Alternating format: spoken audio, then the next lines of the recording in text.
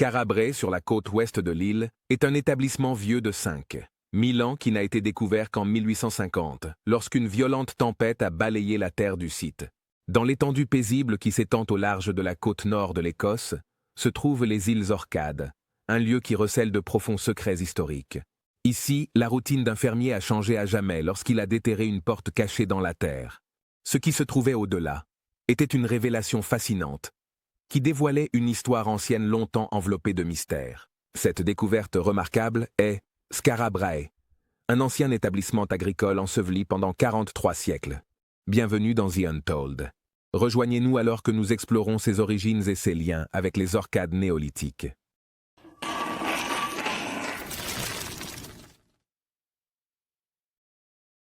La tempête qui a révélé l'histoire. Située dans l'étreinte venteuse du nord de l'Écosse, se trouvent les îles Orcades, un groupe d'îles formé par la rencontre de l'océan Atlantique et de la mer du Nord. Ici, la nature règne en maître, créant un climat à la fois puissant et en perpétuel changement. Au sein de ce paysage accidenté et de ce climat toujours changeant, un fascinant découvert surgit durant l'hiver 1850, révélant un aperçu profond de l'ancien passé de l'Écosse. En décembre de cette année-là, une violente tempête s'est abattue sur les îles Orcades. Elle était si puissante que les gens s'en souviennent encore aujourd'hui, même si les habitants de l'île étaient habitués à des hivers rigoureux. Cette tempête était différente. Elle a changé l'apparence des choses sur les îles. Des maisons ont été endommagées, des animaux sont morts, et la communauté a dû faire face à la force redoutable de la nature. Lorsque la tempête s'est apaisée et que les habitants ont commencé à ramasser les morceaux, ils ont fait une découverte incroyable. Au milieu du chaos, dans la partie occidentale des îles Orcades, un fermier découvrit une porte dans le sol, et ce qu'il y vit laissa tout le monde stupéfait. La scène intrigante était celle d'une porte qui semblait mener directement à la terre elle-même. Ce n'était pas une simple découverte fortuite. Elle a déclenché un voyage passionnant à travers l'histoire, captivant l'intérêt de personnes du monde entier. Les îles Orcades, sculptées par d'anciens glaciers, présentent des falaises abruptes et des lacs profonds.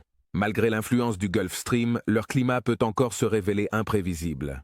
Vivre ici pendant des milliers d'années a poussé les insulaires à s'adapter à des conditions difficiles. C'est la combinaison de la géographie de l'île et du climat toujours changeant qui a conduit à la découverte de la porte souterraine.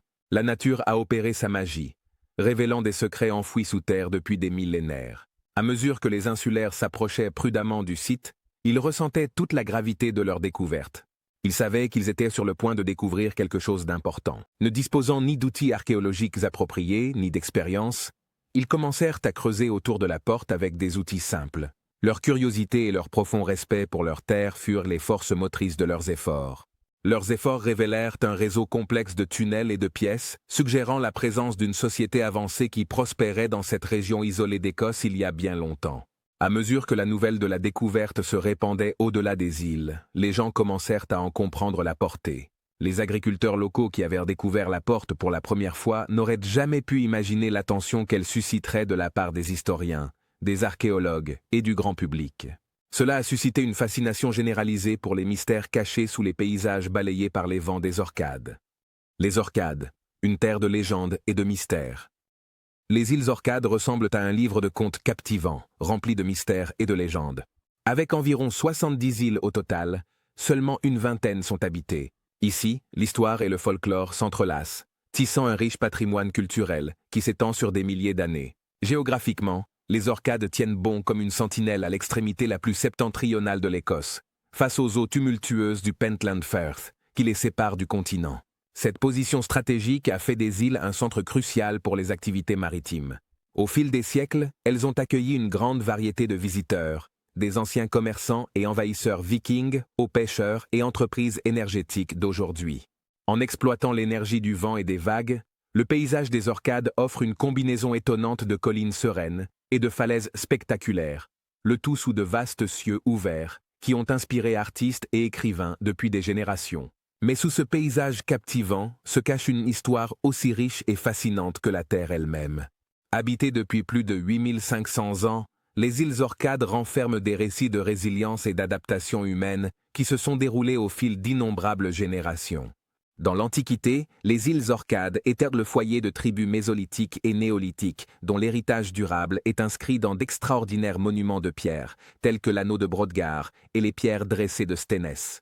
Ces merveilles antiques, antérieures à la fois à Stonehenge et aux grandes pyramides de Gizeh, ont captivé la curiosité des historiens et des archéologues pendant des générations, leur véritable but demeurant enveloppé de mystères. De nombreuses théories ont été avancées quant à la fonction de ces structures, allant de rituels religieux à des observatoires astronomiques. Cependant, malgré les nombreuses hypothèses, la véritable signification et l'importance de ces monuments restent obscures, résistant encore à toute explication définitive. La découverte d'une porte souterraine et la révélation ultérieure d'un établissement caché ont ouvert un nouveau chapitre fascinant dans l'histoire mystérieuse des Orcades. Cette découverte fut rien de moins que sensationnelle, car elle semblait offrir des liens concrets avec les habitants néolithiques de l'île, permettant un aperçu direct de la vie quotidienne de ceux qui parcouraient ces terres il y a plus de 5000 ans. Pour une terre déjà débordante d'histoires de magie ancienne et de prouesses mystiques, cette découverte dépassait la simple importance archéologique. Elle a approfondi le lien entre la communauté moderne des Orcades et ses racines mystérieuses.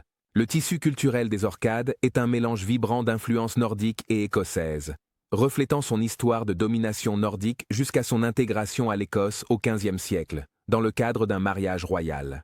Ce métissage des cultures se manifeste dans les noms de lieux, le folklore et les coutumes qui ont perduré au fil du temps. Les histoires de monstres marins, de trésors cachés et d'apparitions de fantômes abondent, et chaque île possède son propre trésor de récits transmis à travers les siècles. Les fouilles commencent.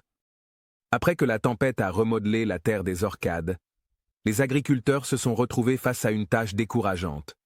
Découvrir les secrets cachés sous la mystérieuse porte de terre. Armés seulement de leur curiosité et d'une forte détermination, ils ont entamé un voyage pour relier le présent à un passé lointain. Leurs premières tentatives de fouilles sur le site étaient motivées à la fois par la nécessité et par la curiosité. La tempête n'avait pas seulement révélé l'entrée cachée, elle avait aussi causé d'importants dégâts aux terres des agriculteurs, déplaçant de grandes quantités de terre et de sable. Alors qu'ils s'efforçaient de nettoyer les débris et de restaurer leurs champs, les agriculteurs commencèrent à prendre conscience de l'importance potentielle de cette entrée. Elle pouvait mener à l'une des nombreuses structures anciennes disséminées dans le paysage des Orcades, ou peut-être même à quelque chose de totalement nouveau et encore inconnu. Malheureusement, le processus de fouille a rencontré des difficultés en raison du manque de machines modernes et d'expériences archéologiques. Bien qu'ils fussent des pionniers ingénieux, les agriculteurs ne disposaient ni des outils, ni des connaissances spécialisées nécessaires pour le travail archéologique délicat.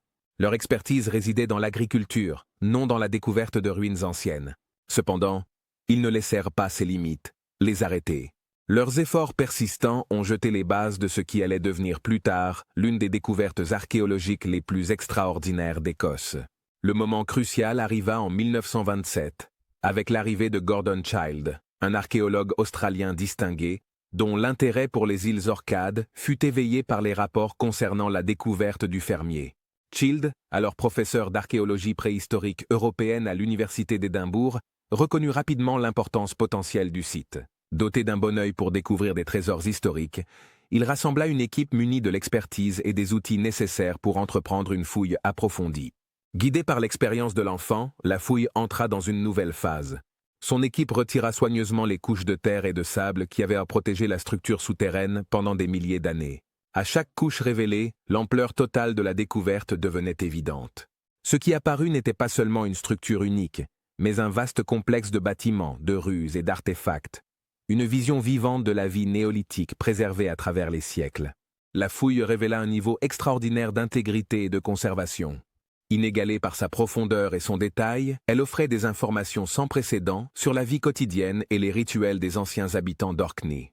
Sous la direction habile de Gordon Childe, le site dépassa le simple cadre d'une découverte archéologique. Il devint un témoignage de la résilience et de l'ingéniosité du passé ancien de l'humanité. Le travail novateur de Childe sur le site, qui sera plus tard connu sous le nom de Skara Brae, révéla un établissement qui avait été habité il y a plus de 5000 ans, antérieur même à la grandeur des grandes pyramides d'Égypte et au mystère de Stonehenge. L'importance architecturale et culturelle de Skara Brae s'avéra monumentale et offrit une perspective incomparable sur la vie quotidienne de ses habitants néolithiques. Avec une clarté rarement observée sur les sites préhistoriques, les structures mises au jour à Skara Brae ont révélé un niveau de sophistication surprenant pour leur époque. Les maisons construites en pierre, équipées de foyers centraux, de lits et même de meubles tels que des coiffeuses, témoignaient d'une société dotée d'une profonde compréhension du confort et de la vie domestique. De plus, ces habitations étaient interconnectées par un réseau de passages couverts, ce qui suggère une communauté qui privilégiait la cohésion sociale et cherchait à se protéger du climat implacable des Orcades. La découverte de divers artefacts, parmi lesquels de la céramique, des outils et des bijoux, a encore enrichi notre compréhension de la société néolithique et de ses capacités dans le passé. Comprendre la vie à Skarabrae. Comprendre la vie à Skarabrae nécessite de reconnaître sa nature exceptionnellement soudée. À cette époque, les villages n'étaient pas courants.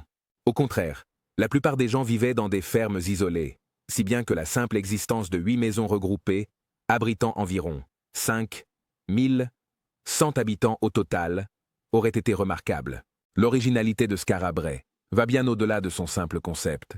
Imaginez-vous entrer dans son monde mystérieux. Une entrée solitaire vous mène à la décharge, un passage si bas que vous devez vous baisser pour y pénétrer, vous isolant ainsi de l'extérieur. À l'intérieur, l'obscurité vous enveloppe et vous désoriente tandis que vous naviguez dans le labyrinthe de passages connectés, rappelant les rues sinueuses d'une ville ancienne, comme la cité fortifiée de Kowloon. Cependant, au milieu de l'obscurité, des éclats de lumière surgissent. Chaque passage mène à une maison indépendante éclairée par une unique cheminée. Ces habitations, dépourvues de fenêtres, auraient été des ombres sombres et enfumées qui dansaient de façon inquiétante autour de vous.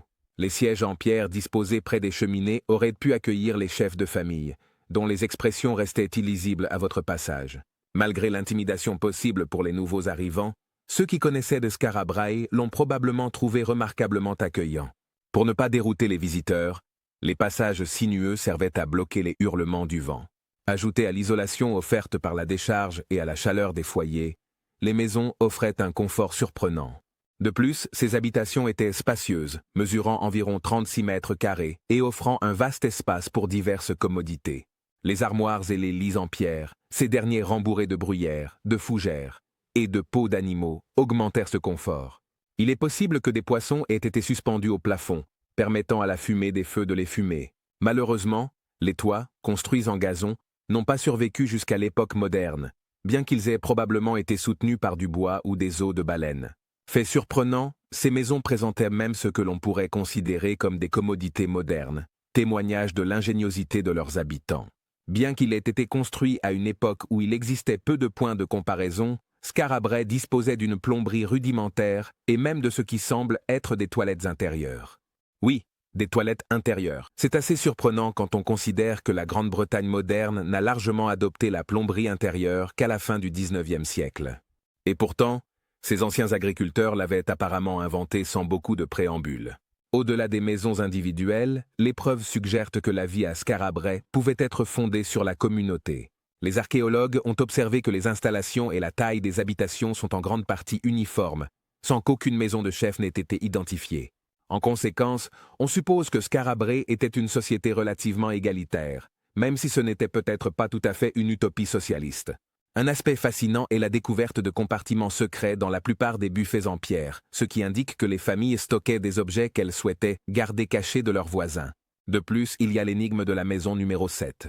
Contrairement aux autres maisons de Skarabrae, la maison 7 possède une porte qui ne peut être scellée que de l'extérieur. Quel type de structure nécessite une porte que les occupants ne peuvent pas ouvrir à leur guise? Bien que la supposition immédiate puisse être une prison, la vérité reste difficile à saisir.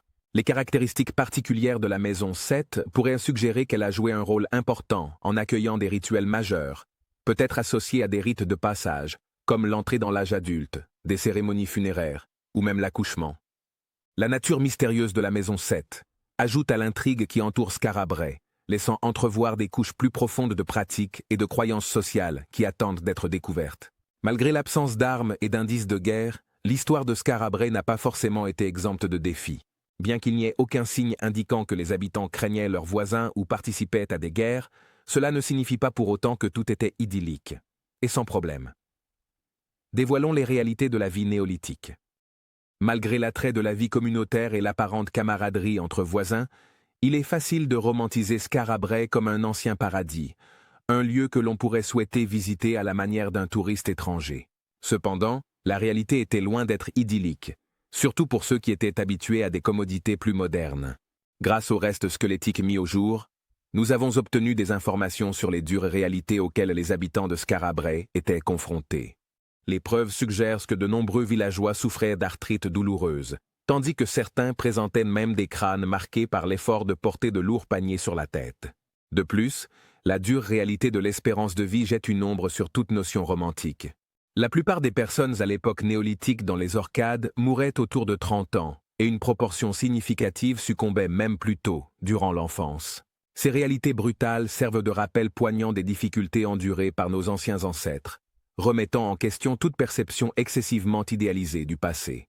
Atteindre l'âge de 50 ans à l'époque néolithique était un exploit aussi remarquable qu'atteindre 100 ans aujourd'hui. Ainsi, alors que nous continuons d'explorer la complexité et la vitalité de la culture néolithique de Skara Brae et des Orcades, il est essentiel de dissiper toute illusion d'une existence confortable ou sans souci.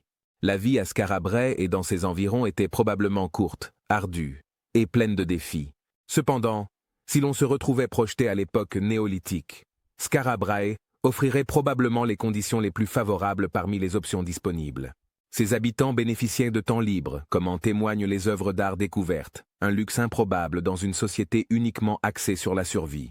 Leur alimentation était remarquablement variée et comprenait non seulement le bétail bovin et ovin qu'ils élevaient, mais aussi des phoques, des chèvres, des cerfs et peut-être même quelques baleines échouées. De plus, leurs pratiques agricoles étaient avancées pour l'époque, utilisant du fumier comme engrais afin d'obtenir de hauts rendements de leur culture. De plus, la mer toute proche fournissait une abondance de fruits de mer, tandis que les patelles, élevés dans des bassins étanches à l'intérieur de leurs habitations, enrichissaient leur répertoire culinaire. Skara Brae, en essence, était un village prospère, un lieu que n'importe quel agriculteur néolithique aurait considéré comme son foyer, malgré sa situation isolée à l'extrême nord des îles britanniques. Cependant, il est possible que le terme « isolé » ne décrive pas avec précision les Orcades à l'époque de Skara Brae. En réalité, les Orcades étaient pleines d'activités, avec une population estimée à 10 000 personnes, un chiffre impressionnant si l'on considère que les villages de 100 habitants étaient déjà considérés comme grands à cette époque. Et cette estimation n'inclut même pas les visiteurs. Au fil des siècles, des styles de céramique et des types de monuments originaires des Orcades ont été découverts, dans toute la Grande-Bretagne. En somme, Skara Brae ressemblait moins à un bout du monde qu'à une banlieue du Paris néolithique, un centre d'activité et d'innovation qui attirait l'attention et l'admiration de toute la région. On pense même que le concept de Henges pourrait être né dans cet archipel, consolidant ainsi encore davantage son statut de centre d'inspiration et d'influence. Si vous n'êtes pas familier avec le terme Henge, vous connaissez probablement déjà son plus célèbre représentant, Stonehenge. Fait intéressant, Stonehenge n'a pas simplement été construit à partir des monuments des Orcades, mais il s'en est probablement inspiré. Je présente donc mes excuses à l'Écosse. Même si vous avez peut-être été les pionniers des Henge, le mérite en revient généralement aux Anglais. Mais bon, au moins il vous reste encore. Bon, on va vous laisser ça. Passons maintenant à l'aspect le plus impressionnant de Skara Brae. Et ce n'est pas le village en lui-même, mais plutôt ce à quoi les villageois ont probablement participé à l'époque pour approfondir les mégastructures des Orcades, avant même les pyramides. En 1999, l'UNESCO a honoré Skara Brae en l'incluant dans le patrimoine mondial appelé le cœur du néolithique d'Orkney. Bien que Skara Brae soit un élément important du site, ses limites s'étendent bien au-delà et englobent une large gamme de monuments dans un rayon de 10 km autour du village. Cette désignation aussi vaste indique que Skara Brae n'était pas simplement un établissement néolithique isolé au milieu des prairies. Il était situé à la périphérie de certains des projets de construction les plus monumentaux de l'âge de pierre jamais entrepris. Avant de discuter de ces projets, il est important de souligner un point commun: l'utilisation d'un langage prudent. En raison de l'absence de documents écrits provenant du peuple de Skara Brae, nous ne savons même pas comment ils appelaient leur village. Au fur et à mesure que nous avançons, nos spéculations s'appuient sur l'expertise des archéologues. Explorons maintenant la possibilité que les habitants de Skara Brae aient construit ces structures. L'impressionnant cercle de pierre de Stenness, par exemple, date d'environ 3000 avant Jésus-Christ, soit à peu près un siècle après la fondation de Skara Brae, bien qu'il soit situé à plus de 10 km du village. La découverte de poteries à rainures identiques sur les deux sites suggère un lien significatif. De plus, l'ampleur du cercle remet en question l'idée qu'un seul village ait pu le construire. Il semble plus probable que la construction de structures aussi massives ait impliqué la coopération entre des villages de toute la région des Orcades. Cette idée est renforcée par la présence de Maes Yewi, un immense tumulus funéraire construit vers 2800 avant Jésus-Christ. L'alignement de Maéoise avec le solstice d'hiver, qui permet aux rayons du soleil de pénétrer par son entrée une fois par an, souligne son importance astronomique. Cependant, la plus monumentale de toutes les mégastructures est antérieure à Skara Brae de plusieurs siècles. À peine un siècle après la construction de Knap of Howard, un site vénéré même par les bâtisseurs de Newgrange pour son ancienneté, les habitants des Orcades se sont lancés dans leur chef-d'œuvre, le Ness de Brodgar. Mis au jour seulement en 2002, le Ness de Brodgar est l'une des découvertes archéologiques les plus importantes de l'histoire de l'Écosse. On pense qu'il s'agit d'un complexe de temples, situé à quelques pas de Skara Brae, protégé des éléments par d'imposants murs s'élevant à 4 mètres de hauteur. À l'intérieur de ces limites, les temples individuels étaient densément regroupés, évoquant des images similaires à une version réduite de la Mecque à son apogée. En réfléchissant à sa grandeur, nous ne pouvons que spéculer sur la façon dont ce vaste complexe aurait pu apparaître aux yeux des agriculteurs de Skara Brae. Vus de loin, ces monuments auraient dominé le paysage. Ont-ils suscité la peur? Ont-ils inspiré l'espoir ou insufflé des sentiments de piété? Malheureusement, nous ne pouvons que spéculer. Ce que nous savons, c'est que ces monuments, tous visibles depuis Skara Brae, revêtaient une profonde signification pour ses habitants. Pendant 500 ans, ils ont été témoins de génération en génération de villageois. En les voyant grandir, vieillir et disparaître, les gens trouvaient du réconfort, en sachant que, même en leur absence, leur culture perdurerait. Et il en fut ainsi pendant un certain temps. Cependant, comme le veut l'univers, toutes choses doivent, finalement, prendre fin. Lorsque le moment serait venu pour Orkney, sa disparition serait tout sauf ordinaire. La fin des jours. Contrairement à la croyance populaire, la disparition de Skara Brae ne fut pas un événement catastrophique. Au contraire, il semble s'être évanoui progressivement au fil des siècles, jusqu'à sombrer finalement dans l'obscurité totale. Le catalyseur probable de ce déclin, ces imposantes mégastructures. Lorsque Skara Brae fut fondée pour la première fois, le cadre social tournait autour de communautés hyper-locales, souvent pas plus grandes qu'un seul village. Cependant, la construction des grands monuments était une tâche si monumentale qu'elle a probablement nécessité la coordination d'un organisme organisateur régional.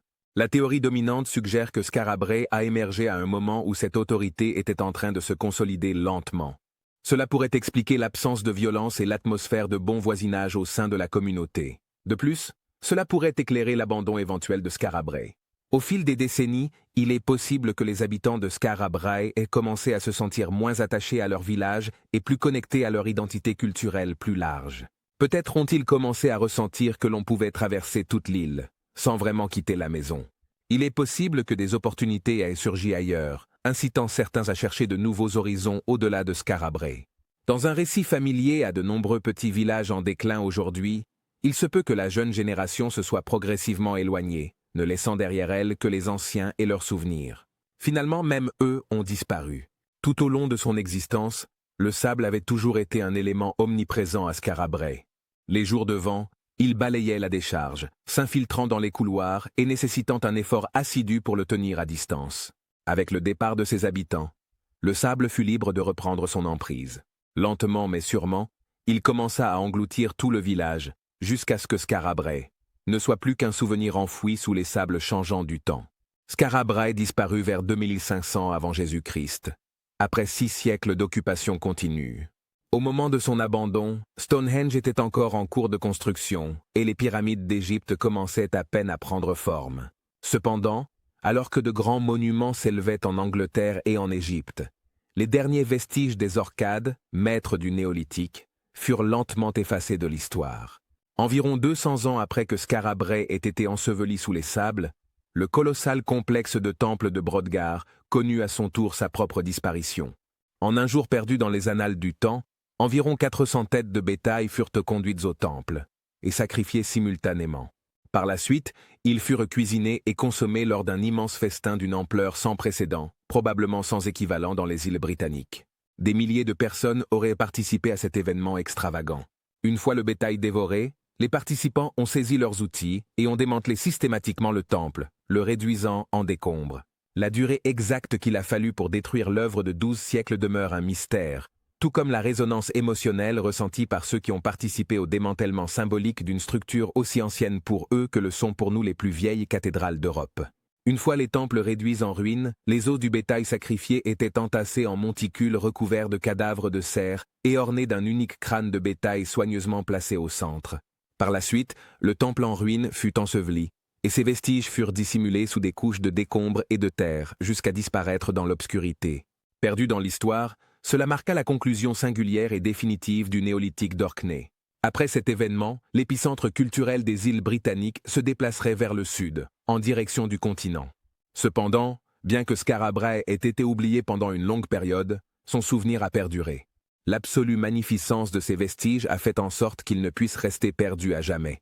La découverte de Skara Brae dans les îles Orcades a profondément remodelé notre compréhension de la vie néolithique dans le nord de l'Europe, offrant un lien tangible avec nos ancêtres et mettant en lumière leurs avancées architecturales et sociales remarquables. Les efforts archéologiques en cours, y compris les fouilles sur des sites tels que Brodgar, continuent de révéler des civilisations néolithiques complexes et interconnectées, caractérisées par une architecture monumentale, des œuvres d'art élaborées et des preuves de vastes réseaux commerciaux. Malgré les avancées significatives dans la compréhension de Skara Brae et de ses habitants, de nombreux mystères subsistent, notamment les raisons de son abandon et le degré d'interaction avec d'autres communautés néolithiques. De plus, l'héritage de Skara Brae soulève des questions sur les pratiques de durabilité des sociétés néolithiques, ainsi que sur la signification spirituelle et culturelle des artefacts découverts sur le site. Dans l'ensemble, Skara Brae témoigne de la sophistication, de la résilience et de l'ingéniosité des communautés néolithiques, offrant un éclairage précieux sur le passé, tout en inspirant la recherche et l'exploration continue. Merci beaucoup d'avoir regardé. Likez la vidéo et dites-nous ce que vous en avez pensé. On se retrouve dans la prochaine vidéo et n'oubliez pas, nous sommes Lo Nunca Contado.